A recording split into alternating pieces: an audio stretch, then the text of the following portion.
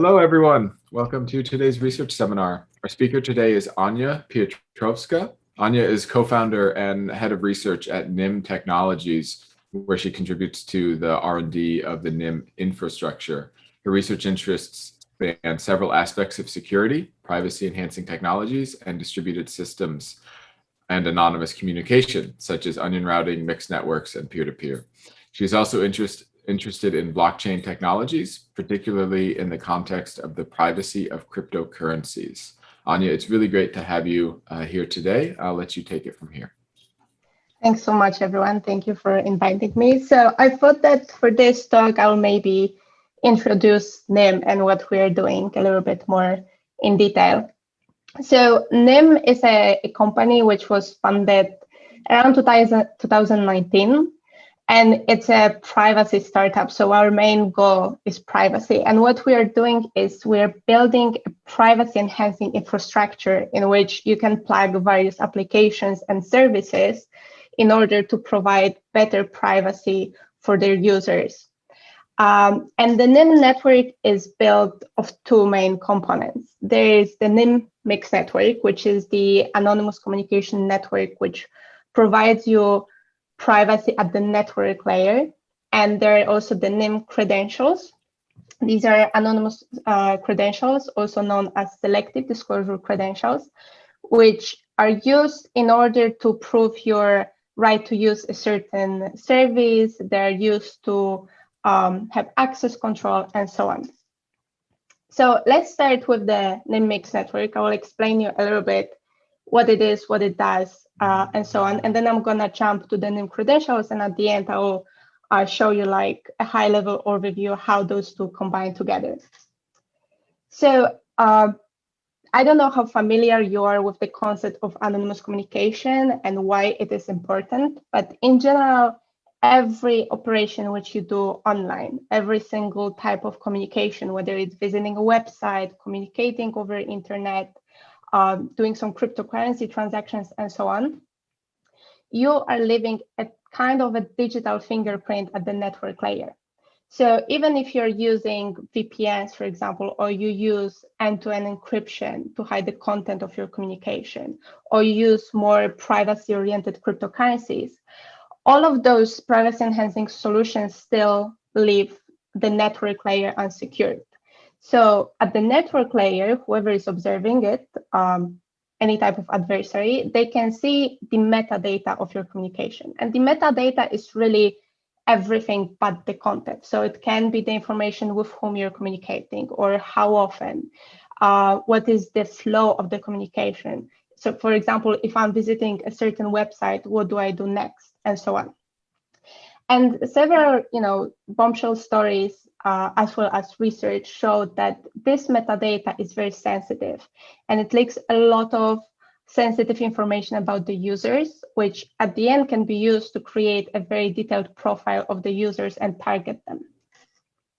So one way to protect your network layer privacy is to use the VPNs, right? A VPN is acts like a proxy to which you connect over an encrypted channel.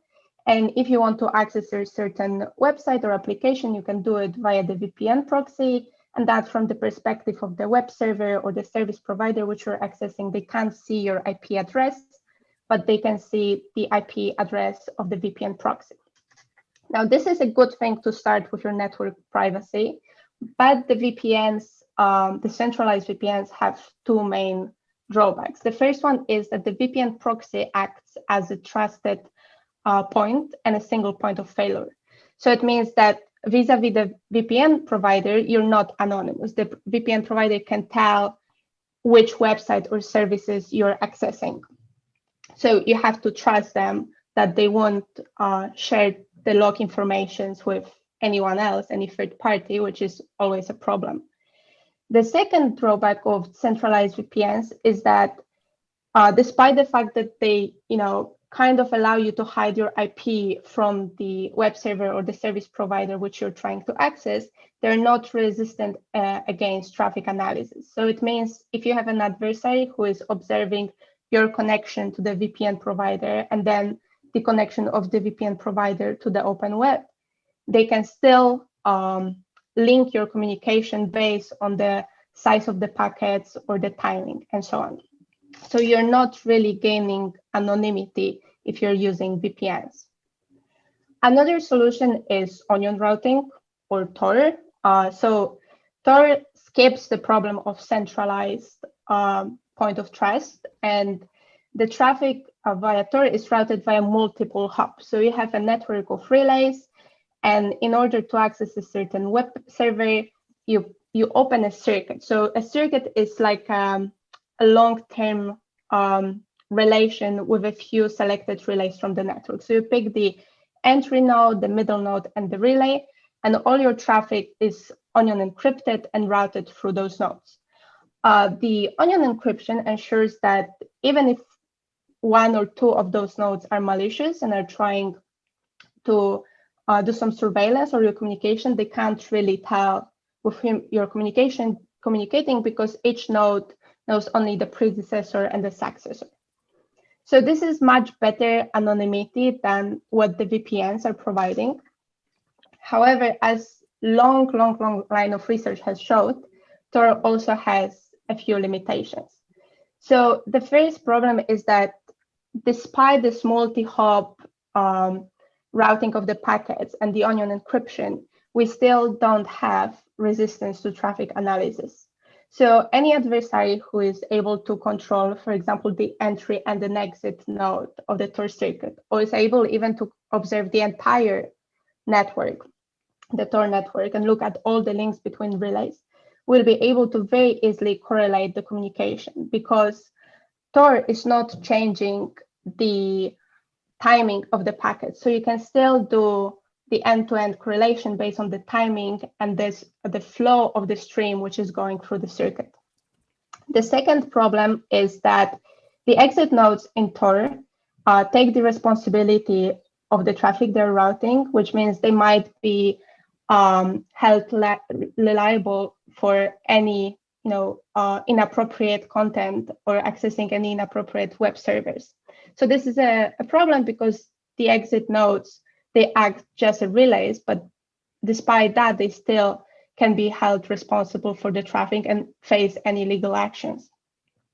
The Tor network, all the relays are run by volunteers. So there's no incentive to really run the Tor nodes. The problem with that is that you really have to rely on the people who want to run and trust that they're gonna do a good work by managing their nodes. Otherwise, you might end up having a lot of nodes which go very often on and offline, which are unreliable, and this will, at the end, have bad impact on the overall reliability of your network. And the last drawback of Tor is that despite the fact that Tor is a decentralized network of relays, it has some semi-centralized components. So for example, the directory authorities, which are managing the view of the network, which they share the information which nodes are right now available in the network, or they do some statistical measurements. These directory authorities are actually just a set, if I could remember, of 9 hard-coded directory authorities who are picked by people who run Tor, and they never change. So there's still like this a bit centralized PKI and authority which tells you how the network looks. So in order to solve the problems of VPN and Tor, you can use mixed networks. And mixed networks are a type of anonymous communication networks which actually started the whole study of anonymous communication. They're much older than Tor is. They were introduced in 1980s by David Chaum. And what is a mixed network? A mixed network is really a network of cryptographic relays which process the packets. The packets are sent via multi-hop, like in Tor. They're also onion encrypted, again, like in Tor. But the main crucial difference between onion routing and the mixed networks is that in addition to cryptographically processing the packets, each mixed node is also responsible for reordering of the packets. What does it mean? Well, the traditional Chaumian mixnet was designed in such a way that a mixed node, when it was receiving packets, it didn't forward the packets at the first in, first out basis, But instead of that, it was batching a certain number, a certain threshold of packets. Once this threshold was reached, let's say it was 100 packets, the mixnode was reordering the packets and then sending to the next hop. What this reordering or shuffling of the packets means? It means that the adversary who's observing the mixnodes, he cannot link the packets, the packets which are coming into the mixnodes and the packets which are leaving the mixnode based on their timing. So they cannot tell, oh, this packet arrived first, so he will be the first one leaving. No, it's all of that is randomly shuffled so that the adversary cannot correlate the packets. And the combination of this reordering and onion encryption and multi-hops ensures that if the adversary is observing the chain of mixnodes and the packets flowing, no matter whether he's observing all the links between the mixnodes, or maybe he's just observing the entrance and the exit to the mix network, he cannot trace the packets, which means he cannot correlate the incoming packets with the outgoing. So the link between the communicating packets is broken. So you could ask, if mixed networks give such a good anonymity properties, why we don't have like 100 mixnodes running right now on the internet? Well, the first mixnet designs by David Chaum, they had several limitations. First of all, the way mixed network was designed was based on a cascade topology. So it was like on this slide earlier, it was just a chain of mixed nodes, one after another. And such topology scales very poorly because once you're gonna reach the maximum capacity of the mixed network, you can only replace the mixed nodes for better ones, more powerful ones, but you can't really do anything more. The second problem was that the mixed networks impose very high latencies.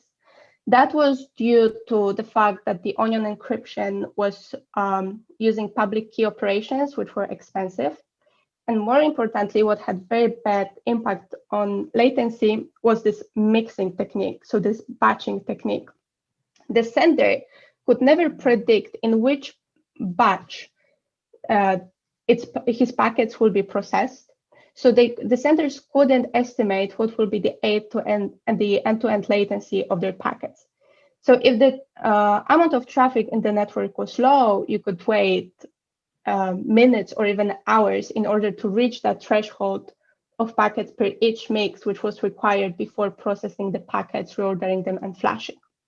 So in result, the mixed network could be potentially used for emails or any other type of applications which are not very latency sensitive, but they were not suitable for any real-time communications which require more, fast communication. And in addition to those performance limitations, the early Chaumian mixnet were also vulnerable to traffic confirmation attacks and active attacks. And there was no solution of how the central authority or a PKI should be designed in mixed networks at that time. So Nym is building a mixed network, but we are building kind of an improved mixed network. We are targeting the problems of the early mixed networks. We fix them and we make mixed networks suitable for any type of communication. So the first change which we do is that the mixed nodes are, instead of being arranged into the cascade topology, they're arranged into something what is called a stratified topology. This means that we group the mixed nodes into layers, and each mixed node from one layer is connected only with each mixed node in the previous and the next layer.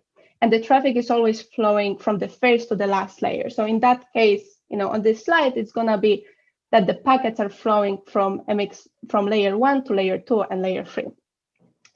The reason why we pick this topology is because research has shown that this topology is the best, it's an optimal topology for both strong anonymity and good performance. The packets which are routed through the mixed network are, of course, onion encrypted. And for onion encryption, we use the Sphinx cryptographic packet format. If you are familiar with the Lightning Network, you might recognize this name because Sphinx is also used in the Lightning Network. Why do we choose the Sphinx cryptographic packet format? because it's provably secure, it offers you the bitwise unlinkability, which means the packet at each hop in the network completely changes. So the adversary or whoever is observing the network or the intermediate nodes, they cannot trace the packets based on their binary representation. In addition to that, the Sphinx cryptographic packet format is compact and it's quite computationally efficient. The intermediate nodes learn, again, only the information about the previous and the next hop, but they don't learn all the other nodes in the path. And another advantage of this packet format is that the sender can encapsulate within the Sphinx layer some routing information for each node in the path, and only this particular designated node can read that information. So if we want to send a packet, the sender picks one random node from each layer and encapsulates everything in the Sphinx packet format. So the packets are source routed. And another important difference between how we route packets at Nym and how Tor is doing it is that we don't open a long-lived circuit. Instead of that, we have the so-called message-based routing, which means each packet is routed via an independent path. What this does, it ensures that there's no flow going through the same sequence of mix nodes, but instead of that, each packet is going independently, so it's much harder to try to trace them. So as here you can see, the stratified topology which we have allows our network to scale horizontally. So once we reach the maximum capacity of the network, what we can do is we can just add more nodes in each layer. So we can very easily scale the network to support more users. And this is very important for anonymous communication networks because anonymity loves company. So if you want to build a network which is going to give you good privacy, good anonymity, you want to be able to support more and more traffic. So the Nym mixnet, when the number of users is increasing, we can scale the network so we can support many users without sacrificing the end-to-end latency or performance. But at the same time, the anonymity in the network is increasing.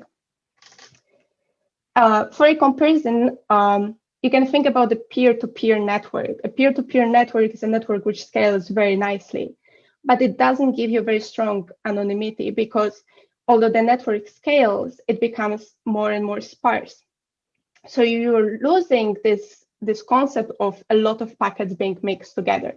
So here for a comparison, you have that the networks, the peer-to-peer architecture and the Nym network scale in the same way. They give you like the same end-to-end latency, but at the same time, while the anonymity in the Nym network is growing very fast when the number of users increases, the anonymity in peer-to-peer setup just stays the same.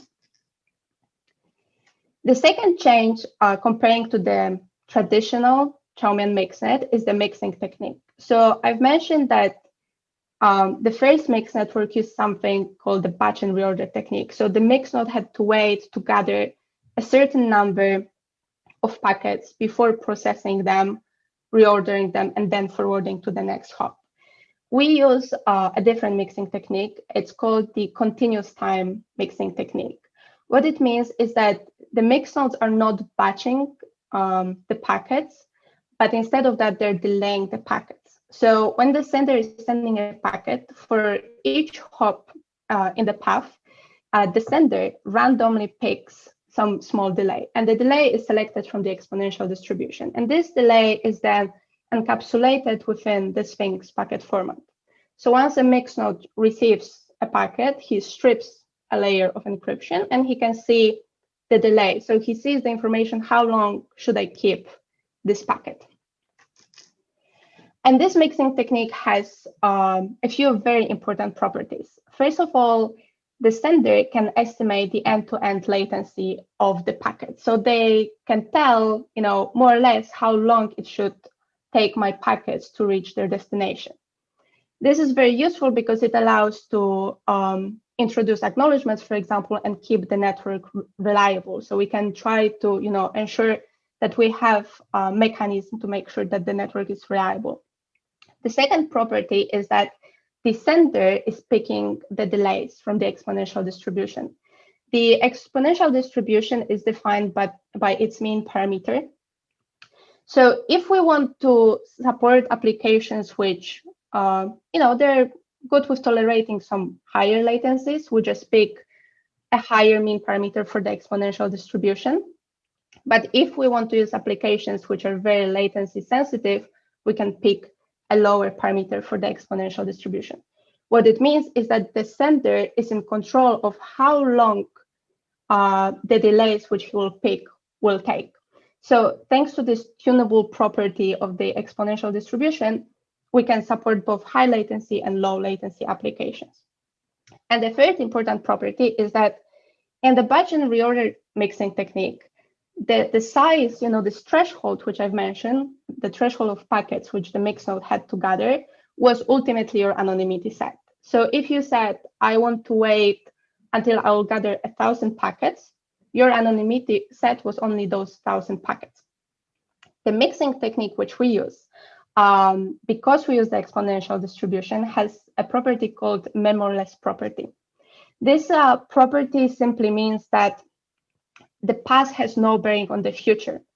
And very intuitively explaining it, it means that if the adversary is observing a mix node and he sees some packets entering, and then he sees a packet leaving, the packet leaving with equal probability can be any of the packets he observed entering the mix node. What is happening thanks to that is that the anonymity set in theory is unbound. Like it's all the packets which you ever saw entering the mix node could be potentially leaving at any point in the future. So the anonymity set is much, much larger. And here, actually, I thought I will show you that this tunable property of the exponential distribution, the fact that we can adjust this parameter of the exponential distribution to support various applications, it's also very good because it shows that when the number of the users of the Nym Mix network increases, we can actually speed up the network.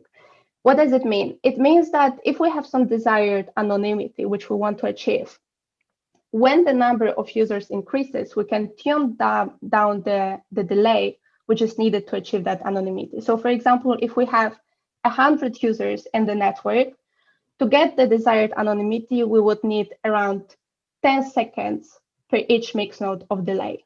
But then when the number of users increases to 100,000, the delay per each mix, which we need to get exactly the same anonymity, is just around 10 milliseconds. So even though when the network starts, when the user base is small, we need some additional longer delays, when the user base is growing, the Nym network becomes very, very fast. And those mixing delays at some point are just tuned almost down to zero. So there's really no impact on the end-to-end latency. So one more property of the Nym mixnet is the fact that we are hiding the patterns of activity. So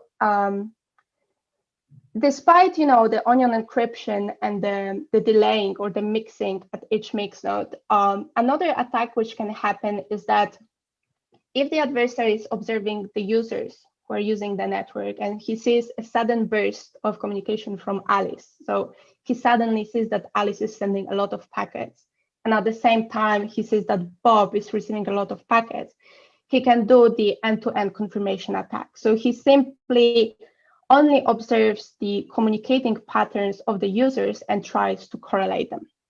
Now, this is a type of attack to which, for example, networks like Tor are vulnerable. In order to deal with that problem, we at Nym we use something called the loop cover packets. The loop cover packets are type of packets which are really indistinguishable from all the other packets in the network, but they just don't have any meaningful payload inside. So they're like dummy packets. But by using those loop cover packets, so packets which I as a sender send periodically to myself, I can obfuscate my communicating patterns, right? Because right now when the adversary sees me sending some packets, he cannot tell whether these are actual packets I'm sending to someone else or these are maybe loop cover packets. And the same when he sees me receiving the packets, because these can be someone sending me some communication packets, or this might be my loop cover packets coming back to me. So this hiding of the activity patterns is very important, because all the existing anonymous communication networks don't do it right now. And in addition to hiding those patterns of communication, the loop cover packets can be also used for other things, like, for example, taking measurements in the network or detecting very special types of active attacks and so on. So here's like a short comparison just to summarize how Nym differs from VPNs or Tor. So even though VPNs and Tor, or decentralized VPNs, they're trying to, hide with whom you're communicating, or they try to protect your metadata information. If the adversary is able to control the entire network, or he is able to control or observe the ingress and egress links of the network, they can still de-anonymize the packets. Whereas in the Nym network, once the packets enter the Nym mixnet, they just become kind of like the same. They look the same, right? Their size is the same. Their timing is very similar. There's no sudden flows or bursts of communication. So your traffic is fully anonymized. Now, having network layer privacy is a very good feature, but it's gonna be useless if you're gonna use an anonymous communication network like the Nym mixnet to access a certain service provider. And then at this service provider, you have to reveal some information about yourself, because, for example, in order to access the service provider, you have to prove that you have a membership, right? Or you have a special token which allows you access. So that's why the second component of the Nym network is the anonymous credentials. So just to give you like an overview of what anonymous credentials are, also known as selective disclosure credentials. Imagine that, for example, you want to buy a book from an online bookshop, and this online bookshop has 20% discount for students. Well, one way to, get this discount would be to send to the owner of this bookshop a scan of your student ID card, right? But the problem is that you want just to show that you're a student, but by sending your ID card, your student ID, you're revealing much more information about yourself. You're saying, this is my name, this is the university at which I'm studying, the subject, my birthday, my student number, and so on and so on. So you can also try to prove your student status using the selective disclosure credentials. How it works is that you, as a prover, you contact the issuing authority, which in that case would be your university, and you ask them to issue a credential. A credential is really a signed piece of data. So the issuing authority will just simply sign a sentence, I confirm this is a student. And they're gonna give you this credential. You can take this credential and then you can go to the shop, which will be a verifier in that case, and show that credential. Once the shop obtains your credentials, they're convinced that you're a student and they can grant you the 20% discount. And the two important properties of the selective disclosure credentials is that, first of all, when I show my credential, the verifier, so the bookshop is convinced that this is a valid credential, because it's impossible to forge a valid credential. The second property is that even if the bookshop owner, so the verifier, and the issuing authority, so in that case, the university, are colluding, they cannot learn about me any more information than only what I want to disclose. So that's why sometimes those credentials are called anonymous.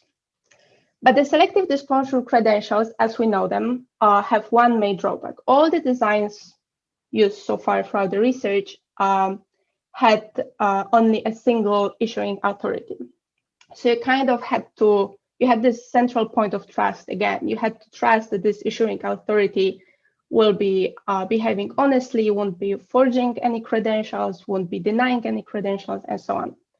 So at Nym, we use the coconut credentials, which is a scheme introduced, I think, in 2019, which solves that problem. So Coconut credentials, they use threshold authorities. This means that right now you don't have a single issuing authority, but instead of that, you have a set of, let's say, n authorities, and then you have to ask only t out of them to issue you a partial credential. So a partial signature on some type of information which you want to prove. And once those threshold authorities will issue you those partial credentials, you as the prover, you can gather them, you can combine them into one accommodated credential. In addition to the threshold authorities, the Coconut credential have some other properties. Now, those properties were also known in the previous selective disclosure credential schemes, but Coconut combines them. So one of them is blindness, which means you can ask for a credential on a private piece of information. You can also ask on a public one. So for example, I want a credential on an information that I am a student, but I might also ask for a credential on some type of information which I don't want to reveal to the issuing authorities. And this is done using the blind signatures. The second property is the unlinkability, which means once I get my partial credentials and I aggregate them into one consolidated credential, I can re-randomize this credential.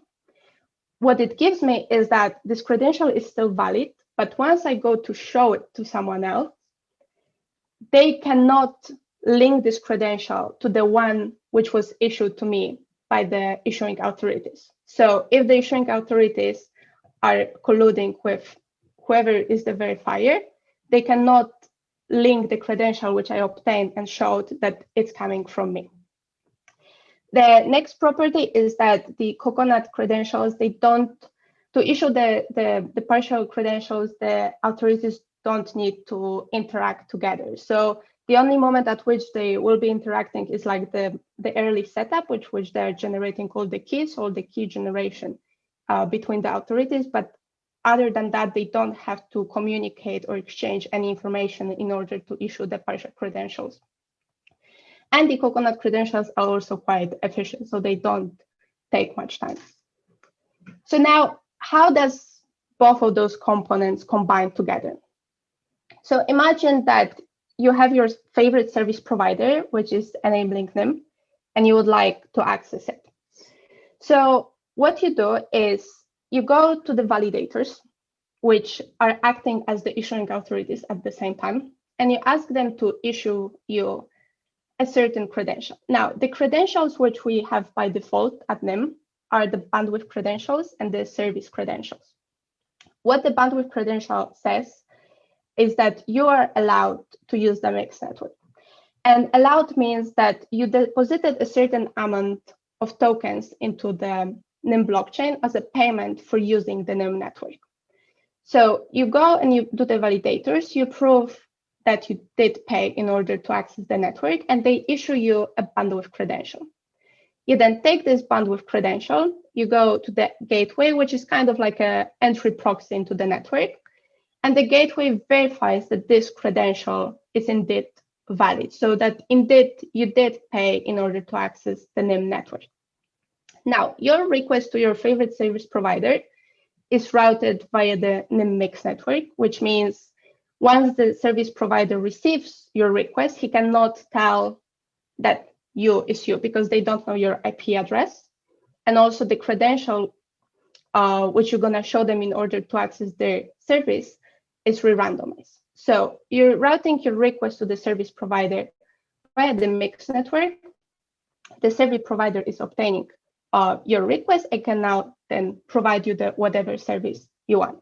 Now, there are service providers which allow just open access and anyone can access them, or there are service providers which allow access only to people who have, for example, certain subscription, or they're of particular age, or they're associated with a particular group. So in case of such service providers, you will also need the service credential. So again, it's the same type of selective disclosure credentials.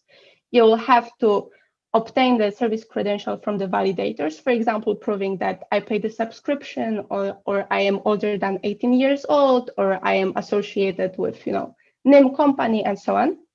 And once you're gonna route your request through the mixed network to the service provider, you're gonna show to the service provider your credential and prove that you have the right to access. Now, from the perspective of the entire network, you're anonymous vis-a-vis the service provider, because the service provider doesn't learn your IP address, it doesn't learn any information about you, because the whole access is done in an anonymous way. Similarly, the mixed nodes cannot learn any information about you. And even the global passive adversary, so the adversary who's able to observe the entire network and all the communicating links and all the steps, they cannot really tell that you are communicating with this particular service provider. The Nym blockchain acts as a decentralized PKI, so it stores all the information about the nodes in the network, the mixed nodes, the gateways, the service providers, and so on. And it's actually also used to reward the nodes in the network. So the whole Nym network is incentivized. This includes the gateways and the mixed nodes. And what it means that it's incentivized. So we have this whole scheme in which mixed nodes which are performing and providing good work, they will be rewarded for a good work. And how it works is as follows. If you would like to run, let's say, a Nym mixed node, you first have to pledge some amount of tokens in order to, be registered as a potential mixed node operator in our network. And alongside the pledge stake, you also have to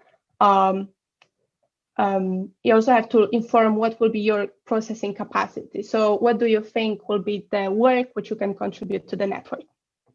In addition to the pledge stake, people can also delegate stake on your node. So if you're running a mixed node which is performing very good and people trust you, they can delegate their stake on you. And this stake acts like kind of a reputation score for the node. The better you're performing, the higher will be your reputation score, because the more people gonna delegate their stake on you. So once the network is operating, we have something what we call a proof of mixing. So we have a way of verifying whether the mixed nodes are performing their work honestly and whether they're performing as much work as they promised. And for proof of mixing, we're actually using the loop cover packets combined with the VRF. So I don't want to go into too many details, but in general, we're using the loop cover packets to check whether the mixed nodes are indeed processing all the packets, that they're not lying, saying that, oh, they're processing 1 million packets per second, when in reality, they're processing only 100. So once the proof of mixing is done, we can tell whether which mixed nodes acted honestly and which mixed node provided a good quality of service and which ones don't. If a node is providing a good quality of service, he gets rewarded.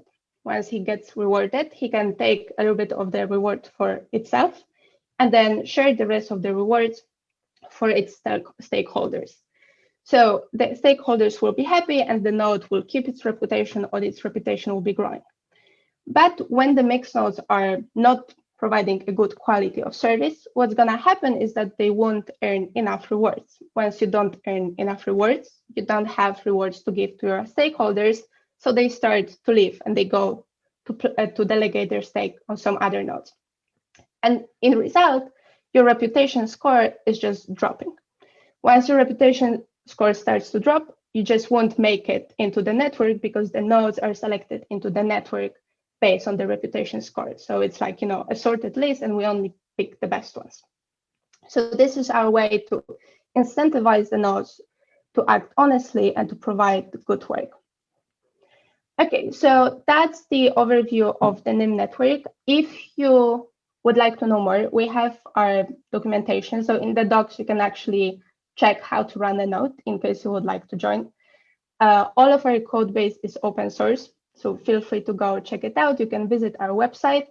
On the Medium page, I committed a few blog posts explaining more in detail all the whole concept of mixed networks and credentials and how they differ from other various designs. And just to give you a sneak peek, we have our testnet running right now, and this is a screenshot from yesterday. We have right now in our testnet more than 8,000 nodes, which actually makes us bigger than Tor. And we also have 25 validators already, and we're still growing. So if you're interested, please feel free to ask me any questions. And yeah, I think that's it. Great, thank you, Ania. That was really great. We do have some questions in the chat, and feel free to pass on any that you feel like were sort of answered as we went along after they were asked, because some of them came in, midway through your talk. So let me scroll back. There's the first question is, how hard would it be to plug in Nym anonymity schemes over an existing network? Can we make them plug and play?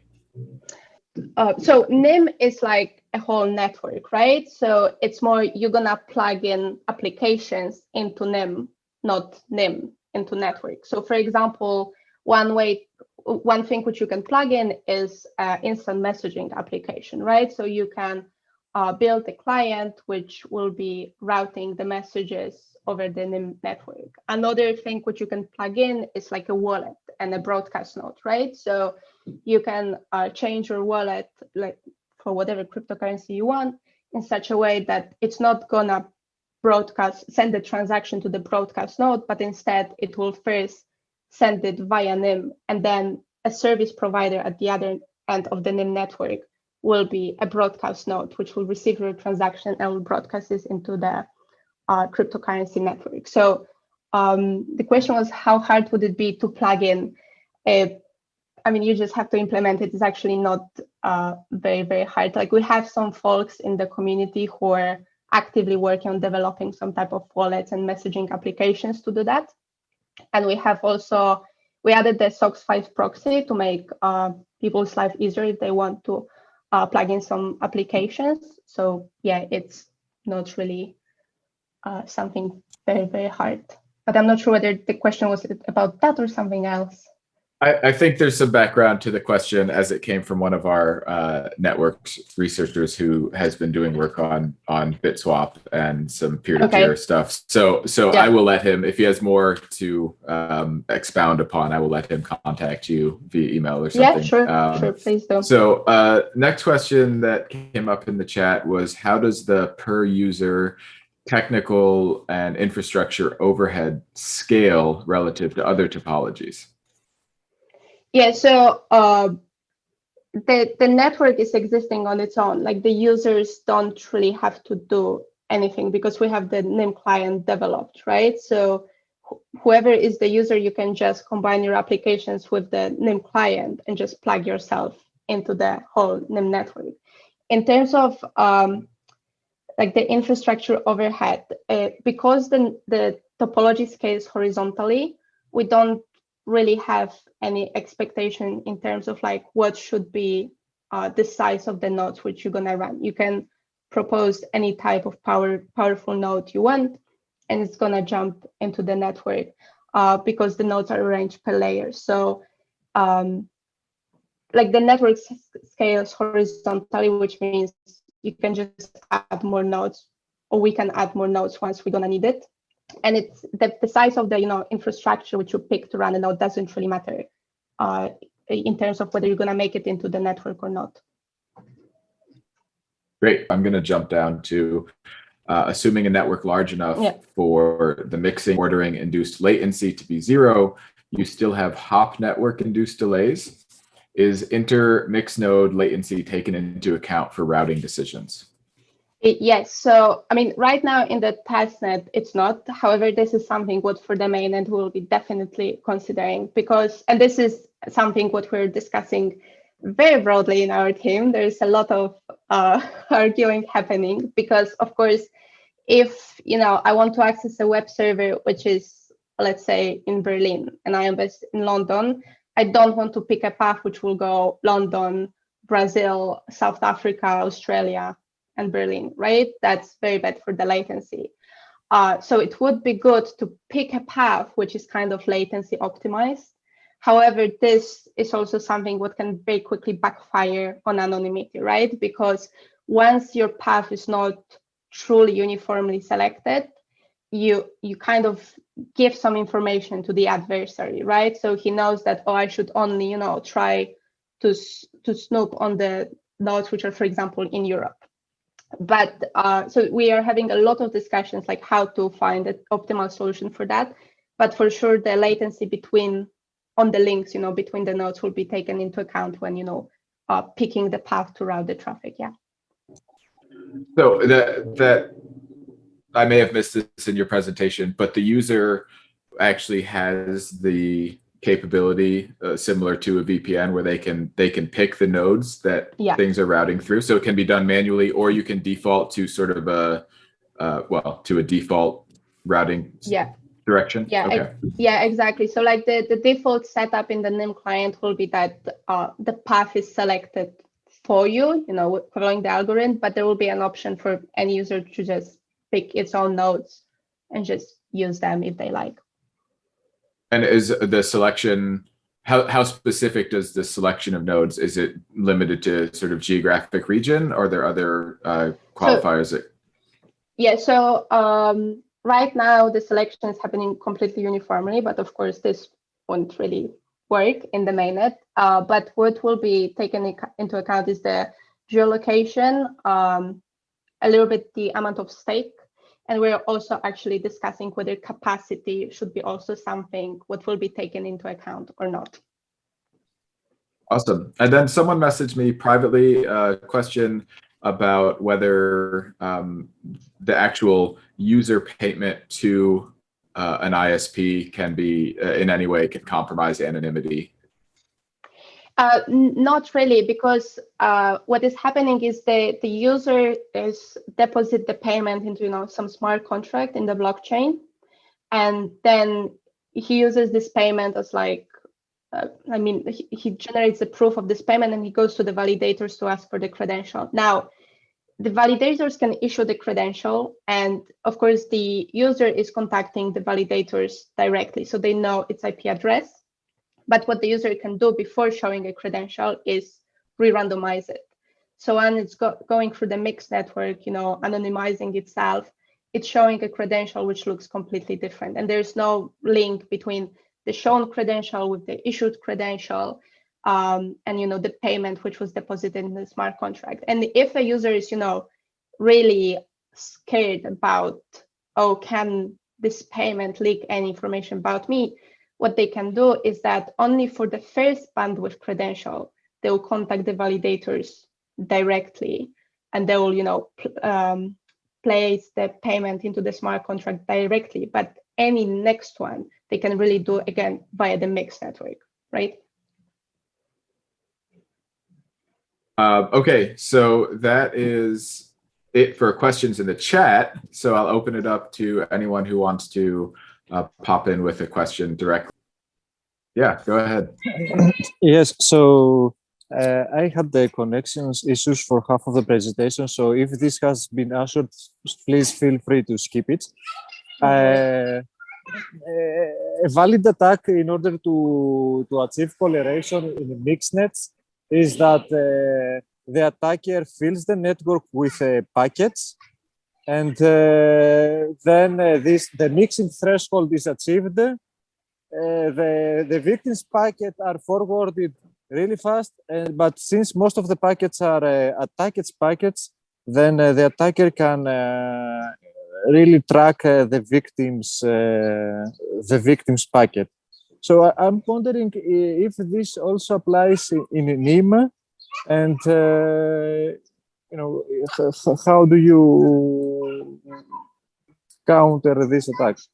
Yeah, so the attack which you mentioned indeed is an attack which can apply in the traditional Chaumian mixed networks, but it doesn't really apply in the Nym mixnet because the sender is the one which is deciding what will be the delay of the packet at each hop. So it doesn't matter if the adversary gonna suddenly generate a lot of packets. The fact how fast your packets will be forwarded only depends on the delay which you've picked, right? So there's no more this threshold which have to be reached because the packets are now independently delayed. And what you've mentioned actually can be It's very similar to like an N-1 attack in which the adversary is doing something similar. So it's kind of blocking some of the legit packets. It's putting a lot of its own packets, and then it hopes that, you know, once the packets will be leaving the mix node, he will just be able to tell which ones are his and which ones are someone else. But actually the loop cover traffic which we are using allows to detect that, because if the adversary would try to do such an N-1 attack and would try to drop some of the legit packets and replace with his own, the loop cover packets will detect that, because you will suddenly stop receiving your loop cover packets, right? They won't be coming to you, so you will know that there's something going on. But in general, the attack which you've mentioned just won't work on the mixed network because of the fact that the delays are selected by the original sender. Okay, that's clear. Thank you very much. Any other questions? Well, thanks for joining, everyone. If you have suggestions for a future speaker, or if you'd like to present your own research, please email us at research@protocol.ai. I also want to take a minute to announce that Protocol Labs Research has expanded our grant offerings to include PhD and postdoc fellowships, Young Investigator Awards, research sabbatical grants, and a number of other funding opportunities. You can check these out at grants.protocol.ai.